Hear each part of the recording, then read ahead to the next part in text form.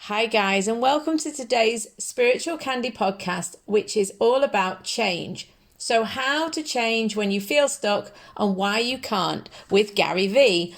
So, why we need to change. So I just watched an original film by Gary Vee on change. It's on YouTube.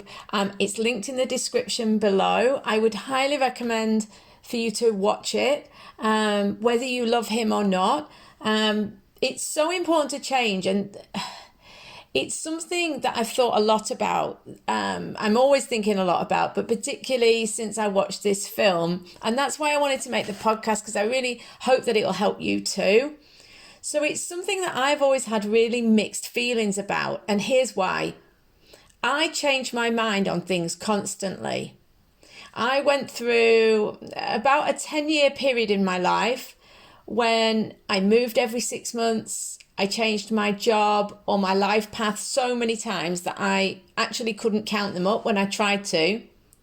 But for example, here are some of the things I've done. I've been an artist, a teacher, a dancer, a singer, a tribute act, a songwriter, a sales rep, a tour manager. There's actually probably loads more, but they're probably the most interesting ones. So I'm someone who's always made a lot of changes, and for a long time I had quite a lot of shame around the fact that I was always changing what I was doing, where I was. I didn't have that sense of being settled and knowing what I should be doing. Everybody else seemed to have their life sorted and I was still all over the place. So Dyer is one of my favourite people. I met him some years ago and he had such a good energy. He was such a genuine man. And he famously said, when you change the way you look at things, the things you look at change. So on the back of this, as people who are looking to become more awakened or conscious in the way we are and live, I think that we already recognize the idea that we need to have massive change in our attitudes. So things we're already really aware of would be things like needing to be more grateful or be more humble, be less judgmental. All of these things are conscious changes that most awakening people recognize, and they're working on. So there's no doubt, particularly if you're new to awakening and you want to live a happier life, working on those things will help, right? Yeah, we know that. So some ideas. So let's just recap on those kind of obvious, like attitudinal changes that we maybe, need to focus on and work on. Apologies if you are already really au fait with these, but I think they're always helpful. It's always helpful to go over these because I think we all need to be reminded, myself included. So I've kind of got a few on my list here, the ones I've just mentioned. So I think 3 big ones that we can do regarding changes are being more grateful. So if you're going through a spiritual awakening, being more grateful is super helpful. I recommend keeping a gratitude journal and writing 3 things in it in the morning and at night.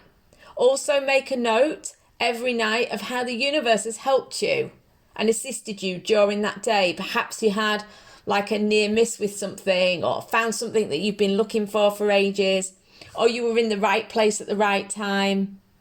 So a law of attraction coach I had 15 years ago got me to do this. And it really does, if you do it, it really does make you aware of how things are going well for you. It reorients your mind to see this more and more. And the more you see it, the more it occurs. So the second attitudinal change that I think we really need to focus on and will help us with change in general is being more humble. So every time you go to tell someone about something you've done or achieved, basically, don't. It's tempting to do it, but you know what? It doesn't help, as it kind of creates its opposite. As soon as we are like proud or boastful, it creates its polar opposite because of our dual world. So if I get into the habit of talking about my achievements in such a way that I want to advertise it to others, it becomes an issue when everything goes to the wall, which it invariably will do, because this is the duality of life. So recognizing instead that sometimes we're up and sometimes we're down, and this is no reflection on us, but the nature of life itself, is really helpful. It doesn't mean you have to be humble to the point where you never ever mention your achievements or whatever, but it's just about being humble about it and not making a big deal out of it, because of the fact that it creates its opposite. So, because the thing is, if we're always telling others how well we've done, we're really entering into competition and setting ourselves up for anxiety regarding any future loss or fail, which is going to happen because it's life. Yeah.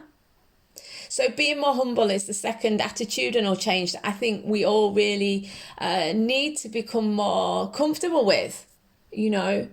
And the third one is really kind of in tandem with the humble one, which is being less judgmental.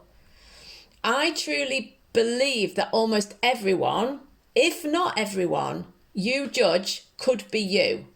What I mean by this is, if you look hard enough, you can see that almost everything you complain about or point fault at in others could perhaps also be directed at you by someone else or in a different time. Do you know what I mean? So we sort of complain that somebody's like this or that, but actually maybe other people see us in that way. You know, it's understanding that fundamentally we're all the same. I'm very lucky because I have extremely quick karma around this topic. So, for example, if I get annoyed that someone has done something and I complain, even if it's only internally, I will almost instantly, unintentionally do the same sort of stupid thing in my own life, as if to demonstrate my own ignorance at being judgmental. You know, so if I criticize someone for being clumsy, I will instantly trip over something. You know, it's like that quick. So the thing is, try to reserve judgment. Even if you can't stop yourself from judging others and yourself internally, at least don't say it out loud. Instead, say, if it's somebody else that you're criticizing, that could be me. And be compassionate. Be compassionate to see how that could be true. And basically, it's just trying to dissolve judgment. So when we're judgmental towards ourselves, we can flip it round. So instead of saying that could be me, just say that could happen to anyone else. So if you do something stupid, so what? Cat's done loads of stupid things as well. Cat's probably done that. Do you know what? You could say that and that would be true because there are not many stupid things that I haven't done, and that's fine.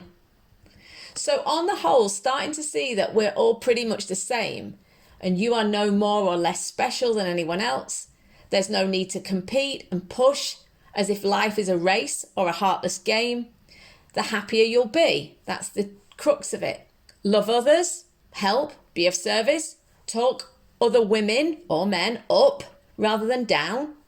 This is the change that most awakening talks of, and it is fantastic advice. So those three, I mean, I've just picked those three because they're the three that are most obvious to me for the beginning of the podcast. I thought it was helpful. They're the three big attitudinal changes that I think we need to address to have happier lives, to be more peaceful, and to allow our awakening to guide us and for us to be more conscious in our lives and in the world. But that's not really the change I want to talk about. But trust me, I'm not going to talk for much longer.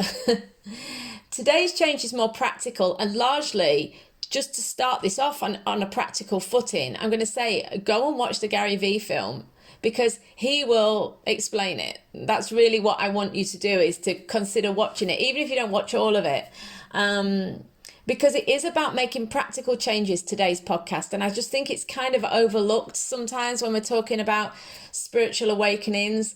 We talk about the attitudinal, but not necessarily about being prepared to change our minds, being prepared to change the direction and course of our lives. And this is a really big thing.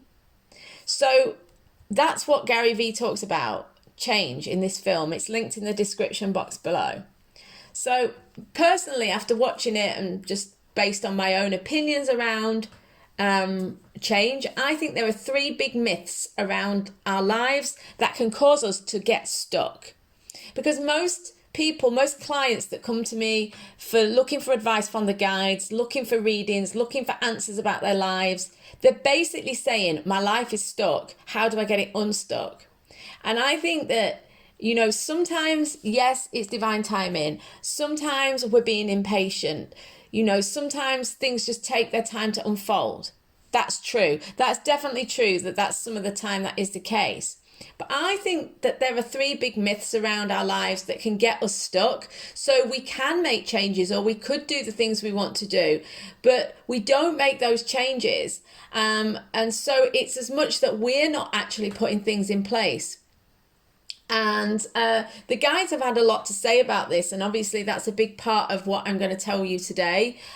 So they're my opinions, but it's largely come from doing, hundreds of readings on why am I stuck, and what the guides have said. So myth 1 is we tend to think that change is hard. So we think that the way we are fundamentally is more set in stone than it is. So I was afraid of flying for 20 years. It was very, very strong, very real, very full on. I've written about this change in me regarding the fear of flying in nearly every book I've written. So I apologize if you've read some of my books, because I do say it in most of them. And I talk about it in every book I've written, because to be honest, it was just such a shocking revelation when my fear of flying went, because it was so strong. I was terrified of flying, terrified. Even just seeing a plane in the sky made me afraid. Then I had a nervous breakdown, and the fear of flying just went. It just disappeared. I'll never know why for sure. It made me see like how bizarre and flaky our minds really are, and actually how simple it is to change, because it literally just went. So there I was thinking I had this huge issue, and then all of a sudden it was just gone. It was probably because I had an even bigger issue to deal with, i.e. my breakdown. But it is interesting to think that something can just change so simply. So starting to imagine that your mind is not as set as you think is a massive eye-opener. It also demonstrates something that I've become very aware of, and that is the need to challenge your fears. They're probably not as hard to break as you think. The mind would have you believe it's a huge thing. And actually, most people's issues around change are that they think it's really hard. They're absolutely terrified, and they're running in the opposite direction because the mind's telling them it's this massive big deal. But it's almost like the monster under the bed, a child's idea of a monster under the bed. As soon as you look there, there's nothing there. So actually, the fear is often just the unknown. As soon as you start doing it, you realize there's nothing to be afraid of. So change isn't as hard as your mind would have you believe. And who you are and what you are is not as set in stone as you think. It's not as difficult as you think. So that's myth 1.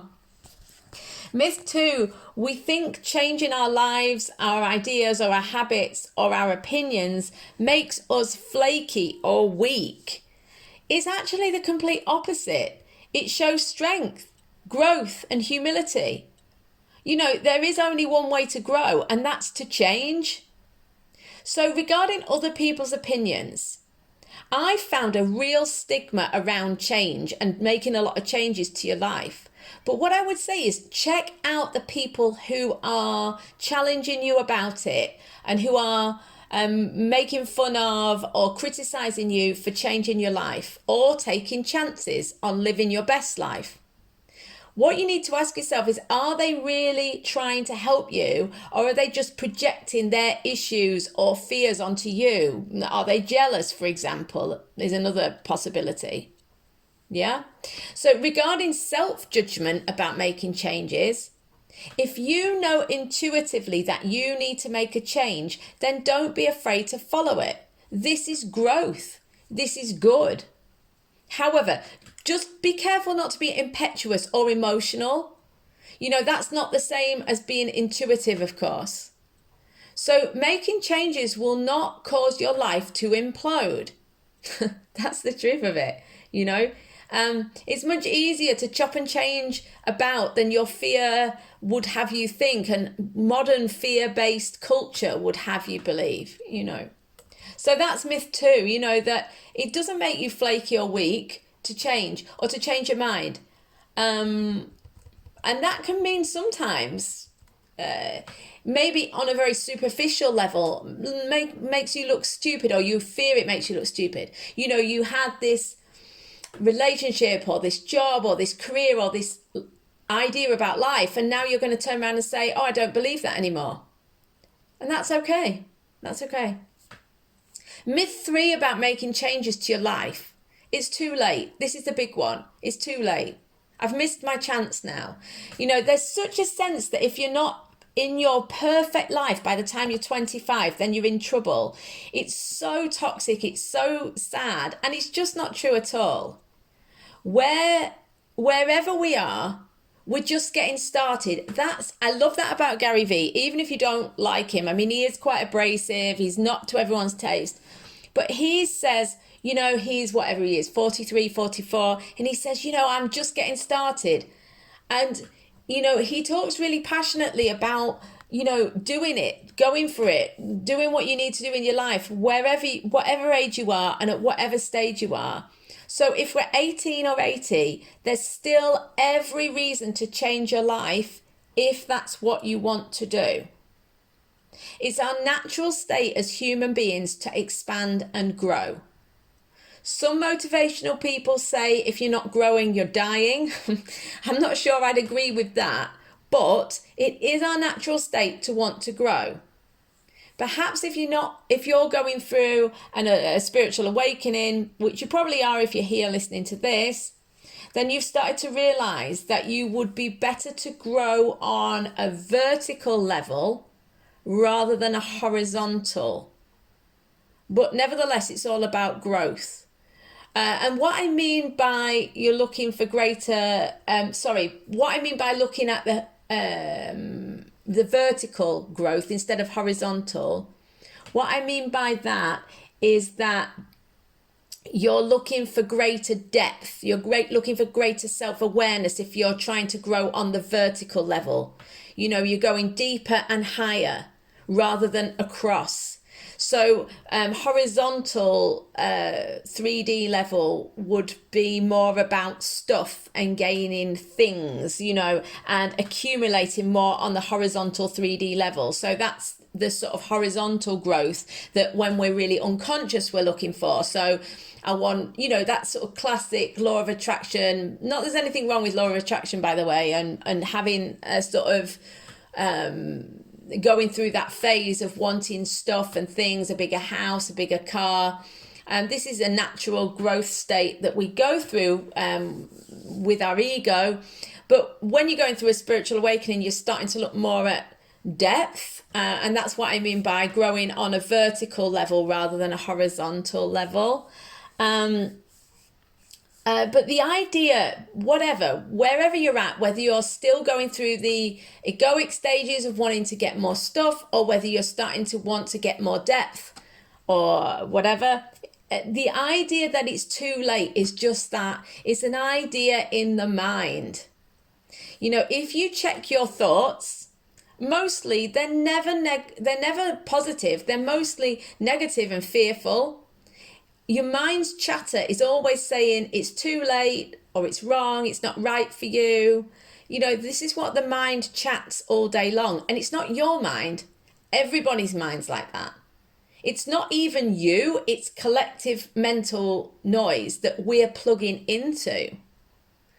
So the mind likes a sad story about itself and for itself. So best thing you can do regarding this myth number 3 of it's too late and I can't do it, this I'm already failing kind of energy, is to spend time tuning out of the mind and into the heart. And this will give you the zest and the impetus to make the changes. And understand it's not you, it's not your mind. Everybody's mind is the same. It's just we don't talk about it. We're not encouraged to talk about it. So we don't realize that all that noise that's going on in our head, everybody else is hearing the same thing. So they're the 3 myths. It's too late, and what was the other? We think it makes us flaky or weak to change, and we think it's hard, yeah? So I would urge you to watch Gary Vee's film. Whilst he may or may not be someone you like, his ideas about change could potentially, I really believe, change your views on changing. I found it super helpful. It really just confirmed everything I felt intuitively and really did help me to clear up a bit of shame around the amount of times I've changed things in my life. So I really would urge you to try it. If we want to really grow, we may well need to make big changes. That might mean looking stupid or like we've messed up. So what? We're growing and learning human beings. I know, personally, I'd rather look stupid in other people's eyes than wrong in my own. And this is a thought I had today when I was thinking about the podcast and planning it out. Perhaps we're actually being challenged by our situations in order that we can overcome our addictions to other people's opinions. How about that? It's certainly been the case for me, and perhaps it is for you too. So what I mean by that is we're actually being challenged to kind of look stupid.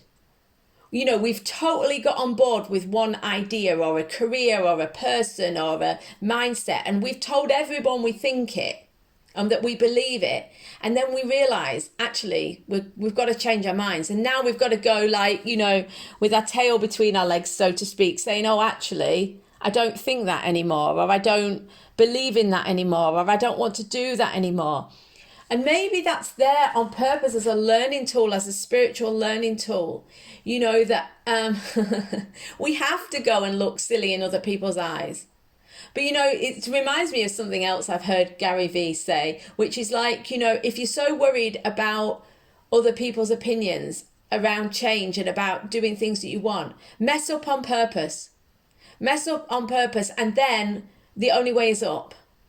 And he says that basically most people fail to achieve what they want or get where they want to be because they're so worried about what everybody else thinks. And I really do tend to agree with him to some extent, that's a real problem. So this is my little discussion on change today. The main points I really want to make are that you're not wrong to make changes in your life as and when you feel guided. It's never too late, and it's probably easier than you think. Have a beautiful week, and I'll speak to you next week. Loads of love.